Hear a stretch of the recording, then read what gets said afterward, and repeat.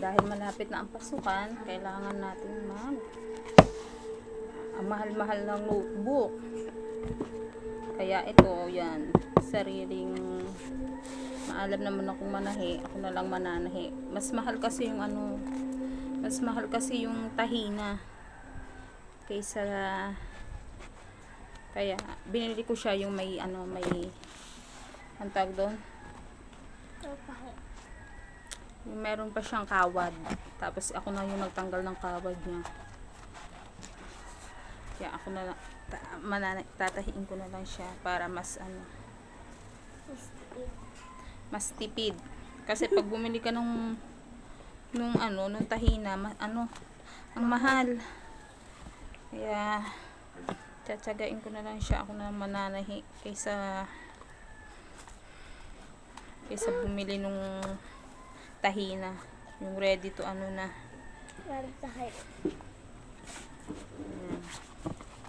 Madali lang naman siya.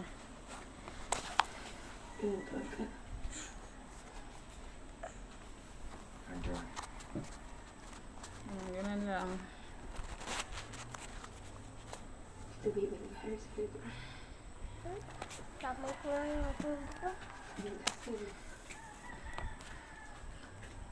Ang daming mamahal kasi ng bilihin. Ultimong gamit ng bata, ang mahal. Gamit sa school. Kaya to. Yan, nautay ko na siya. Bali, ito na yung mga nagawa ko. Yan, tahi ko na siya lahat. Yung yellow sa susunod na. Kasi ito kay kuya. Yung yellow sa akin kasi papalit ko yan.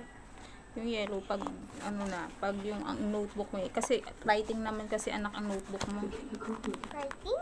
Ano writing? Yung walang Tahe? hindi, walang kawad siya. Ito kay kuya kaya ako para mas medyo matibay-tibay.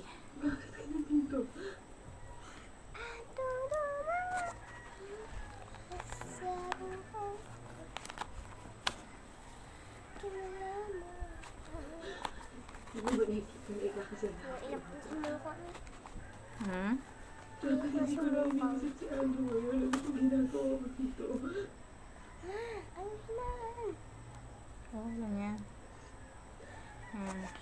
Medyo maano lang siyang sa butos, pero pag naman dire-diretso na.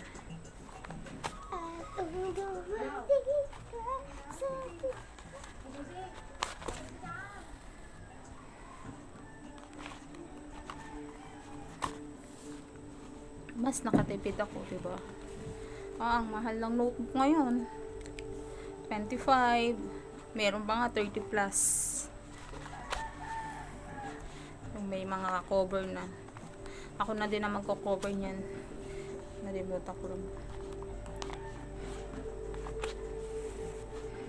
Para less gastos sa gamit ng mga anak.